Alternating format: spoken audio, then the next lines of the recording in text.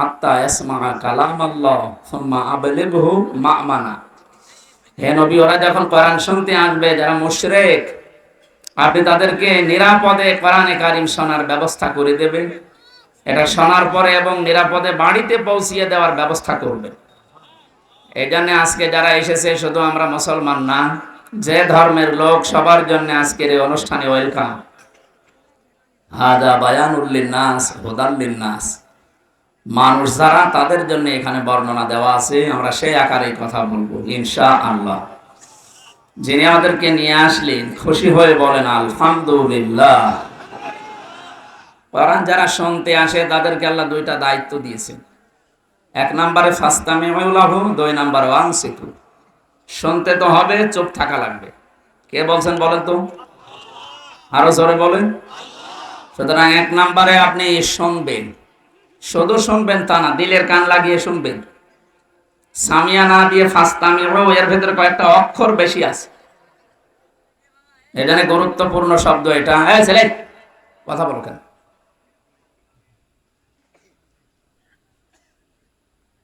দুই নম্বরে ওয়ানসিতু, চুপ থাকতে হবে ভাই।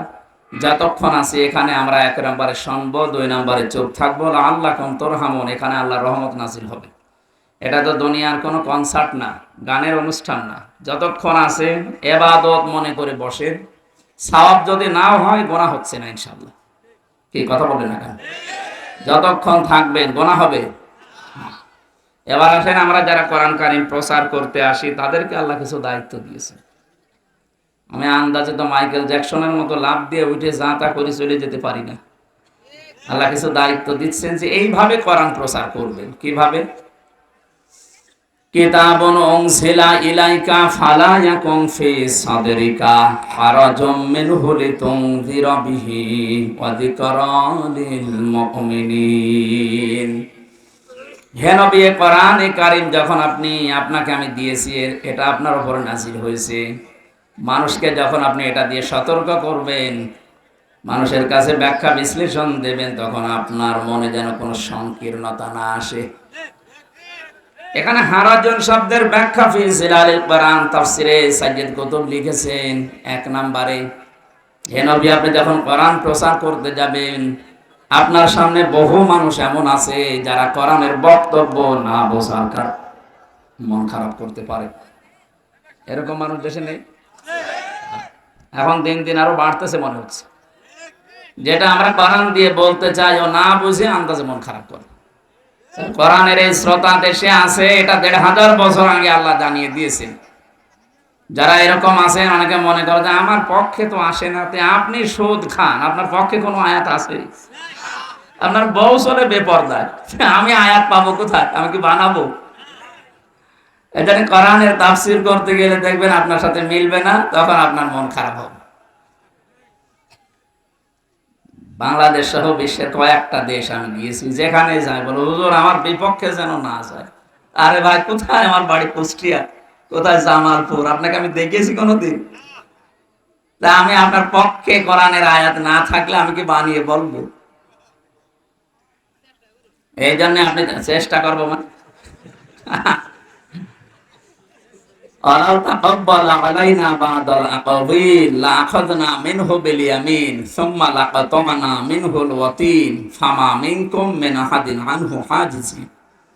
হে নবী, আমার কোরআনে যদি নিজের কোনো কথা আমার নামে চালিয়ে দে যে এটাও আল্লাহ জানিয়েছে, অথচ আমি ওটা বলিনি, কি করতাম আপনাকে জানেন?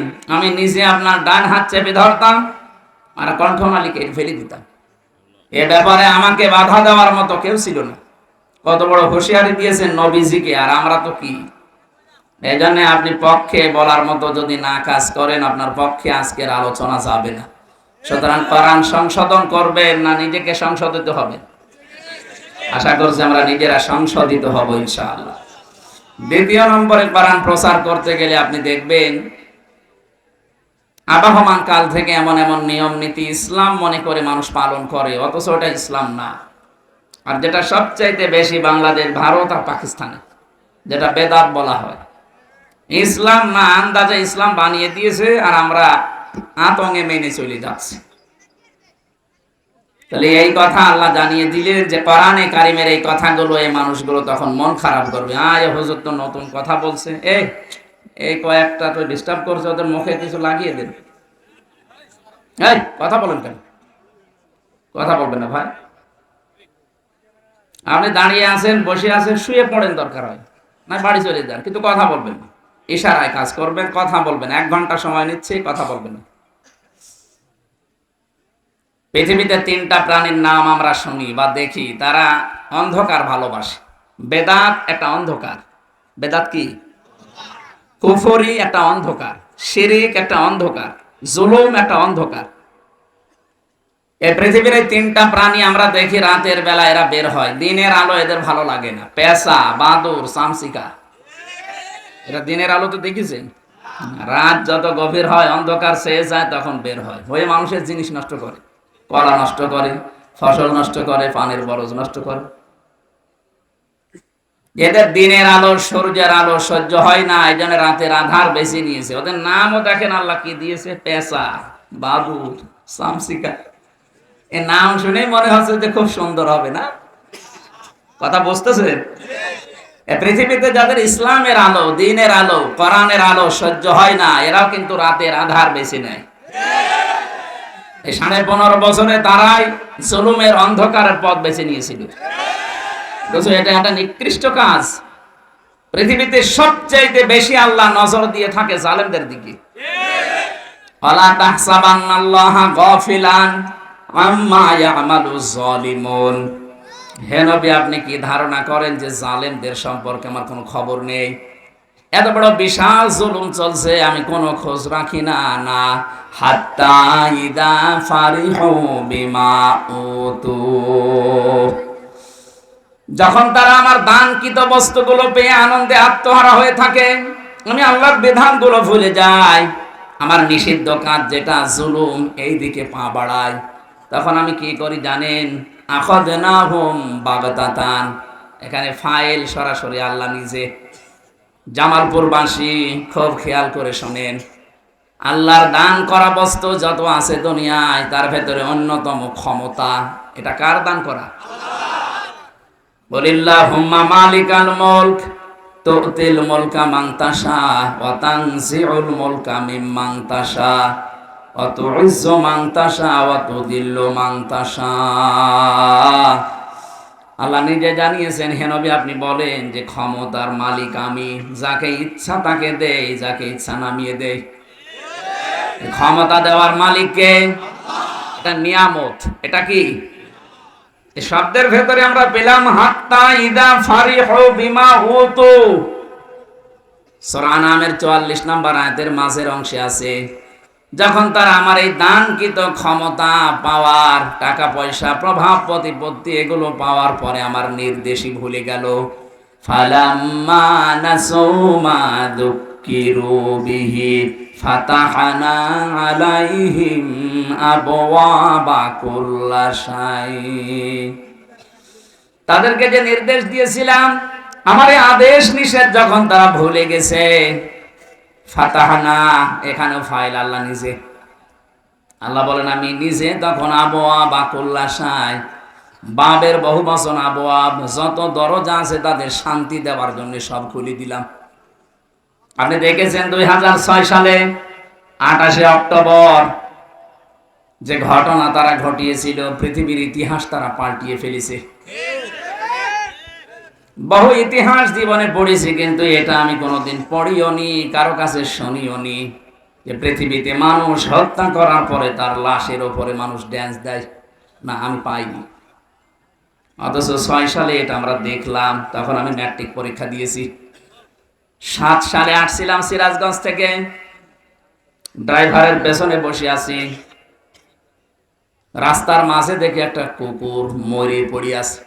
ড্রাইভার সাহেব কুকুরের উপর দিয়ে না দিয়ে বাম দিয়ে চালিয়ে দিল, গাড়ি ঝাঁকি দিয়েছে।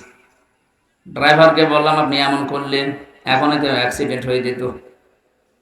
ড্রাইভার আমারে বলছে দেখেন একটা কুকুর পড়ে আছে, আমি ডবল করে চাকা দেব, আমার বিবেক নেই। তো কুকুর মরা কি, তো মরে গেছে, ওরে মারলেই কি আর না মারলেই কি? ড্রাইভার আমার দিকে ঘুরে বলছে, হুজুর আপনি কি আসলে হুজুর? আপনি কেমন হুজুর? আপনি দেখছেন যে একটা মরা কুকুর পড়ে আছে, আমি ডবল করে ওর উপরে গাড়ি চালিয়ে দেব, আমার বিবেক কি মরে গেছে? ওনার নাম কি? সুব্রত। বুঝলাম যে হিন্দু। পেটে থাবা দিয়ে বললাম, ভাই আপনার ঈমান নেই কিন্তু আপনার বিবেক আছে। পৃথিবীর নিকৃষ্ট জীব কুকুর মরে পড়ে আছে, তারপরও আপনি ডবল করে গাড়ি চালিয়ে দেন না, আপনার বিবেকে বাধা দেয়। অথচ পৃথিবীতে আমরা দেখলাম জসিম ভাইকে মারার পরে তারা লাশের উপরে ড্যান্স দিল। এদেরকে কেউ মানুষ বলতে পারে? এখন যদি তারা মানবতার কথা মুখে বলি উড়ায়, কেমন লাগে বলেন তো?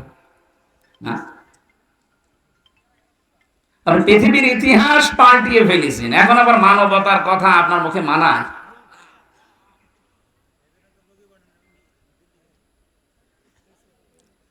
কোরআনে কারিমে আল্লাহ জানিয়েছেন, হুয়াছে তাবাকুম, তিনি তোমাদেরকে নির্বাচিত করেন। ও বাংলার মানুষেরা, বিবেক দিয়ে বলবেন, নির্বাচিত করা হয় যে পদ্ধতিতে, ওই পদ্ধতির নাম নির্বাচন। নির্বাচন না হলে মানুষ নির্বাচিত হতে পারে? বলেন বলেন। তাহলে আল্লাহ আমাদেরকে নির্বাচিত করেছেন কোন জায়গা থেকে? আমরা নির্বাচন করলাম কখন? লক্ষ লক্ষ নবী রাসূলের দুনিয়াতে আল্লাহ পাঠিয়েছিলেন, অনেকেই এই নবীর উম্মত হওয়ার জন্য আরজি পেশ করেছিল। আল্লাহ ছাঁটাই করে, বাছাই করে, নির্বাচন করে নির্বাচিত করেছেন আমাদেরকে উম্মতি মুহাম্মদি করে। আমি কথা বোঝাতে পেরেছি? দ্বিতীয়, এই নির্বাচনের মাধ্যমে মানুষ নির্বাচিত হয়, কিন্তু কপাল আমাদের খারাপ, 15.5 বছরে আমরা নির্বাচন পদ্ধতিটাই ধ্বংস করে ফেলেছি। আপনি কি বিবেক দিয়ে বলতে পারবেন যে 15.5 বছরে নির্বাচন দেশে হয়েছে? যদি হবে তাহলে 154 জন নির্বাচনের আগে হয়ে যায় কি করে? গত টার্মে দিনের ভোট রাতে হয়ে গেল। অথচ আজ 8-9 দিন দেখছি যিনি পালিয়ে গেছে উনি বিভিন্ন দেশের মোড়লদের কাছে উনি জানাচ্ছে যে আমি নির্বাচিত সরকার ছিলাম, আমাকে উৎখাত করা হয়েছে। এত বড় মিথ্যা কথা আপনি বলতে পারলেন? আপনি একটা হাসি মানুষ। না সে যাই হোক, সে তো হাসি। তো তার ছেলে মেয়ে যদি কথা বলতো তাহলে মানতাম যে তারা যা করে করুক, তাদের কাছে মুসলমান হিন্দু খ্রিস্টান নেই। আপনি একটা হাসি মানুষ, আল্লাহর ঘর দেখিয়ে আসলেন, কি দেখিয়ে আসেন আপনি? এটা ঠিক হয়নি। বিভিন্ন চেষ্টা চালাচ্ছিলেন, সবগুলো আল্লাহ বলেন আখাযনাহুম বাগতাতান, আমি নিজে তাদেরকে ধরেছি আকস্মিক ভাবে। জীবনে কল্পনা করেছি যে 1.5টার ভেতরে আমার না খাওয়ার, রান্না করা খাবার ফেলে পালাতে হবে? কোনদিন কল্পনায় আসে? এখানে যে আল্লাহ নিজে বলছেন আখাযনাহুম বাগতাতান, আমি নিজে তাদেরকে ধরেছি, ফাইদাহুম মুবলিসুন, তারা হতাশ হয়ে পড়েছে, নিরাশ হয়ে গেল তারা। বাস্তবে আমরা এখন তাই দেখছি। আদালতে যে মানুষগুলোকে এখন নিয়ে যাচ্ছে অপরাধী, দেখেন প্রত্যেকের চেহারার ভেতরে হতাশার ছাপ। এই যে কালামানিক, আলেমদের লিস্ট করত, কলার পাতায় আল্লাহ শুয়েছে, বেশি পর্যন্ত উড়ে গেছে। কি অপমান আল্লাহ করবে বলেন? কোরআনে আমি পড়েছি আলাহুম আযাবুম মুহিন, আল্লাহ তাদেরকে অপমানজনক শাস্তি দেবে, এটা যে দেখাবে আমি পড়িনি। আর বাস্তবে দেখলাম যে কয়টা ইসলামের প্রকাশ্যে এবং গোপনে শত্রু ছিল, প্রত্যেককে আল্লাহ এরকম অপমান করছে, সামনে আরো করবে। আপনাদের জামালপুরের একজন, আমি নাম নিলাম না, না ওর মাথায় চলছিল না, এই লোকটার মাত্র 6 মিনিট 32 সেকেন্ডের একটা অডিও ফাঁস হয়ে তার সব হারিয়ে গেছে। জামালপুরের লোক অন্তত যারা বাস করে এই জেলায়, তাদের একটা শিক্ষা নেওয়া দরকার যে আমাদের একটা প্রতিমন্ত্রী এরকম দাপট নিয়ে কথা বলতো, সেই লোকটার মাত্র 6 মিনিট 32 সেকেন্ডের, তাও ভিডিও না, ওটা অডিও কল ফাঁস হয়ে যদি তার মন্ত্রিত্ব যায়, এমপি গিরি যায়, দল থেকে বাদ দিয়ে দেয়, এখন তো কোথায় আছে আল্লাহ জানে, আর সে জানে। তাহলে আমাদের সারা জীবনের এই 60, 70, 80, 90 বছরের ভিডিও সব আল্লাহ রেকর্ড করছে। কথা বলেন না কেন? কিয়ামতে ঠিক আপনাকে দেখাবে। এই বিশাল ভিডিও কল যদি ফাঁস হয়ে যায়, কিয়ামতে কোটি কোটি মানুষ থাকবে, কি হবে বলেন তো? জামালপুরের লোক এখান থেকে শিক্ষা আরো বেশি নেওয়া দরকার না? ওর অডিও ফাঁস হয়ে যদি জীবন শেষ হয়ে যায়, আমাদের অডিও ভিডিও সব ফাঁস হবে। এটা আজকে এখন থেকে যেটা নিজে দেখলে আনন্দ পান, অন্য দেখলে আপনি লজ্জা পান, এরকম কোন ভিডিও যদি থাকে আপনার মোবাইলে, এক্ষুনি ডিলিট করবেন। করেন, এখন আগে করেন, এরপরে মাহফিল করবো। করেন। আলহামদুলিল্লাহ, যাকে জেলার মানুষ এত ভালো আমি তো জানতাম না। আলহামদুলিল্লাহ, এক মোরাদি আপনাদের হেদায়েত দিয়ে দিয়েছে। আমার ভাইরা, দ্বিতীয় যে শব্দটা বলেছিলাম, নির্বাচন হয়নি এই 15.5 বছরে। বিশ্বের মানুষকে মিথ্যা কথার বলি ছড়িয়ে আমি এতদিন থামিয়ে রেখেছিলেন, কিন্তু এখন মানুষ সব বুঝে গেছে। যিনি এবার পাশ করেছে আমেরিকায়, ট্রাম্প কেও বোঝাতে চেয়েছে, ট্রাম্প এখন উল্টো বুঝেছে। 15.5 বছর কিসের নির্বাচন? আমার সাথে এক ওসি ছিল জেলখানায়, উনি আমারে বলছে, হুজুর দেখেন তো আমার তওবাটা হয়েছে কিনা। কিভাবে? যে নির্বাচন গেল, আমি বাইরে ছিলাম, আমি আমার 68 নাম্বার আয়াতে আছে, ওয়াল্লাযীনা লা ইয়াদউনা মা'আল্লাহি ইলাহান আখার ওয়া লা ইয়াকতুলুনান নাফসাল্লাতী হারামাল্লাহু ইল্লা বিল হক ওয়া লা ইয়াজনুন। এখানে রহমানের বান্দাদের আল্লাহ গোনা বলি বর্ণনা করছিলেন, করতে করতে এই জায়গায় এসে বললেন, আমি আল্লাহ ছাড়া অন্য কাউকে আমার সাথে ডাকবা না। জামালপুর বাসী একটু খেয়াল করেন, এখানে মা'আল্লাহি ইলাহান আখার আছে। আল্লাহকে ডাকে না তা না, আল্লাহকে ডাকে, তার সঙ্গে সঙ্গে অন্য কাউকেও ডাকে। এটা বাংলাদেশে বেশি, আর ময়মনসিংহ বিভাগে আরো বেশি। আল্লাহর জিকির করছে কিছুক্ষণ, এরপরে দেখবেন ইয়ালি বাবা, শাহ আলী বাবা, কেবলা বাবা, কেল্লা বাবা, ফতে বাবা। এ জেলায় না থাকলেও কিন্তু পাশে আছে ব্রাহ্মণবাড়িয়ায়। বলেন, আল্লাহ বাদে আপনি অন্য কাউকে ডাকছেন, সেটা আলাদা। আল্লাহকেও ডাকে, পাশাপাশি অন্য কাউকে যারা ডাকতেছেন, এমনকি আল্লাহর নামকে আপনি এলহাদও করতে পারবেন না। ওয়াদারুল্লাযীনা ইউলহিদুনা ফি আসমাই, সূরা আরাফের 180 নম্বর আয়াতের মাঝের অংশে আছে, আল্লাহ বলেন, আমার সাথে যারা এলহাদ করে তাদের সাথে মিলে তোমরা ডাকবা না। তার মানে পরিবর্ধন করে ফেলে যারা আল্লাহর নামে, এরকম জিকির করা যাবে না। যদি কেউ করেন তার শাস্তি হবে ডবল। এটা আমি বানালাম। বলেন বলেন, ওয়ালা ইয়াকতুলুনান নাফসাল্লাতী হারামাল্লাহু ইল্লা বিল হক। যারা অন্যায়ভাবে মানুষ হত্যা করেন, 2024 সালের আগস্টের 5 তারিখের আগ পর্যন্ত এই দেশে কমপক্ষে 3732 জন মানুষ হত্যা হয়েছে। আপনি একটারও কোনো কারণ দিতে পারবেন যে এই কারণে তাকে মেরেছি? 2780 জন এখনো হাসপাতালের বেডে কাতরাচ্ছে। একটু হিসাব করে বলেন, এই যে 3732 জন মানুষ মেরে ফেললেন, এক একটা মানুষ যদি কেউ ইচ্ছা করে হত্যা করে, নির্দিষ্ট কারণ বাদ দিয়ে, তার একটা হত্যার কারণেই সে জাহান্নামে যাওয়ার জন্য যথেষ্ট। সূরা নিসার 93 নম্বর আয়াতে আছে, অমাইয়াকতুল মুমিনাম মুতাআম্মিদান ফাজাযাউহু জাহান্নাম। কোন মানুষ যদি দুনিয়ায় কোন মুমিনকে হত্যা করে ইচ্ছাকৃতভাবে, যারা পালিয়ে গেছে ওরা ইচ্ছাকৃতভাবে এই কাজগুলো করেছে। বিশেষ করে বিডিআর হত্যাটা, অনেকে বলে এটা বিডিআর বিদ্রোহ। না, এটা আমি মানি না। 950 বিডিআর আমার সাথে ছিল। কিসের বিদ্রোহ? তাদেরকে পরিকল্পিতভাবে হত্যা করা হয়েছে।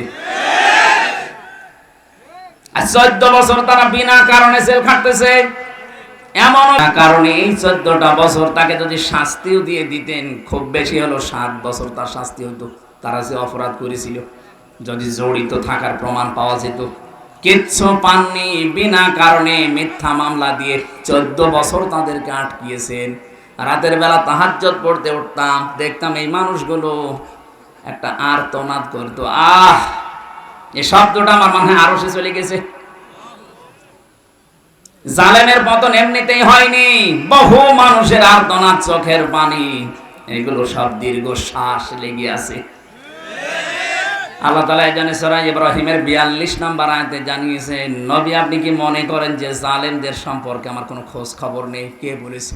পৃথিবীর যে প্রান্তেই হোক, যদি যাররা পরিমাণে কেউ জুলুম করে, আজকের যে সূরা পড়লাম সূরা নিসার 36 নম্বর আয়াত, বিশ্বনবী বলেন এই সূরার ভেতরে 5টা আয়াত আছে, এই 5টা আয়াত পেয়ে আমি এত বেশি খুশি হয়েছি, তামাম দুনিয়া দিলেও আমি এত খুশি হতাম না। তার ভেতরে একটা হচ্ছে ইন্নাল্লাহা লা ইয়াজলিমু মিসকালা যাররা, আল্লাহ যাররা পরিমাণ জুলুম বান্দার প্রতি করেন না। সুবহানাল্লাহ বলতে পারেন না? অথচ পুরো দেশটাই জুলুমে ভরপুর ছিল। আপনি একটা জায়গা দেখাতে পারবেন যেখানে জুলুম ছিল না? স্যার বলছিলেন না আমি 3 বছর ভেতরে ছিলাম, ওনারা বাইরের জেলে ছিল, আসলে পুরো বাংলাদেশ ওরা জেল বানিয়ে রেখেছিল। কিচ্ছু জানে না একটা লোক, ঘরে শুয়ে আছে চোখ বন্ধ করে, চোখ খুলে দেখছে থানার হাজতে বা জেলখানায়। কি গো, তুই গাছ কেটেছিস কখন? স্বপ্নে। হ্যাঁ, এটাই হয়েছে। আমার আলোচনা শুনে রাখে সিরাজগঞ্জের এক পাগল ছুরি নিয়ে গেছে সংসদ ভাঙতে।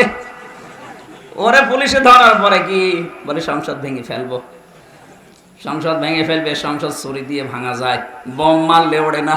বলছে না, আমি আমির হামজার ওয়ার শুনে উদ্বুদ্ধ হয়েছি, এবার ধরে নিয়ে আমির হামজারে, এই মামলায় আমার 3 বছর। শয়তান পর্যন্ত হাসবে। আমি যখন আদালতে যেতাম, বিচারপতি আমার দিকে তাকিয়ে বলছে এটা মামলা হইল, কি দেখে বিচার করবো বলেন? এই যে কয়েকদিন আগে মামলা সব খারিজ করে দিয়েছে, বিচারপতি আমার মামলার কপিটা হাতে নিয়ে বলছে এর ভেতরে তো কোনো মাল নেই, কি দেখি আমি রায় দেবো, যা সব খারিজ করে দিলাম। আমি বলতে চাচ্ছিলাম যে মাননীয় বিচারপতি বা জজ সাহেব, এই মামলাটা তো 3 বছর আপনার কাছে ছিল, তখন তো আপনি কিছু বলেননি যে কোনো মাল নেই, এখন বলছেন কোনো মাল নেই, এতদিন বললেন না, তাহলে আমার 3 বছর জেলে থাকা লাগে না? উনি এইটাই বলতো যে হুজুর আমার কিছু করার নেই, আমার হাত বাঁধা ছিল। কথা বলছেন না? বাংলাদেশে 1628টা চেয়ার আছে, যিনি পালিয়েছে ওনারটা সহ। এই 1628টা চেয়ারে যারা ছিল, এই মানুষগুলো আমাদের দেশের 18 কোটি মানুষের হাত বেঁধে দিয়েছিল। সব হাত বাঁধা ছিলাম। যেহেতু এখন আর কেউ নেই, আমাদের হাত এখন আবু সাইদের মতো খোলা আছে। আমরা চাই কিয়ামত পর্যন্ত দেশে যারা সামনে আসবে, যারা দায়িত্বে আসবে, কারো যেন হাত বাঁধা না থাকে, প্রত্যেকের হাত আমরা আবু সাইদের মতো খোলা দেখতে চাই। হাত খোলা না থাকলে কোনো জায়গায় ন্যায় কায়েম করা যায় না। প্রত্যেকটি জায়গায় ন্যায় বিচার কায়েম করতে হলে আপনার হাত খোলা থাকা লাগবে। জামালপুরবাসী যে কথাটা বলতে চাচ্ছিলাম, বিশ্বনবী 3বার তাকে ফেরত দিয়েছিলেন। মেয়েটা বলছে হে রাসূল আমি জানি 3টা অপরাধের শাস্তি দুনিয়া আখিরাতে ডবল হবে। তার 1 নম্বরে আল্লাহর সাথে অন্য কাউকে যদি কেউ ডাকে, 2 নম্বরে বিনা কারণে যারা মানুষকে হত্যা করে। তাহলে যারা এই 3732 জন মানুষ হত্যার সাথে ডাইরেক্ট ইনডাইরেক্ট জড়িত, বলেন তো এদের শাস্তি একটা না ডবল? আরো জোরে। 3 নম্বরে ওয়ালা ইয়াজনুন, জিনা করা যাবে না। অথচ আমরা এই 15.5 বছর থেকে লক্ষ্য করছি এদেশে জিনা, বুড়ো জিনাখোর বেড়ে গেছে। কয়েকদিন আগে একজনকে উপদেষ্টা বানিয়েছে, এলাকা সারা জীবনই চলছে জিনার উপরে। নিজের স্ত্রীকে দিয়ে সারাটা জীবন এই কাজ করাচ্ছে। জেনা শুধু লজ্জা স্থানেরটা না, হাতের জেনা আছে। পাথর মারার জন্য আদেশ দিলেন, বুক পর্যন্ত গেড়ে দিলেন মাথা মাটির ভেতরে। হযরতে খালিদ ইবনে ওয়ালিদ বলেন আমি এমন জোরে একটা পাথর নিক্ষেপ করলাম, রক্ত ফিনকি দিয়ে আমার শরীরে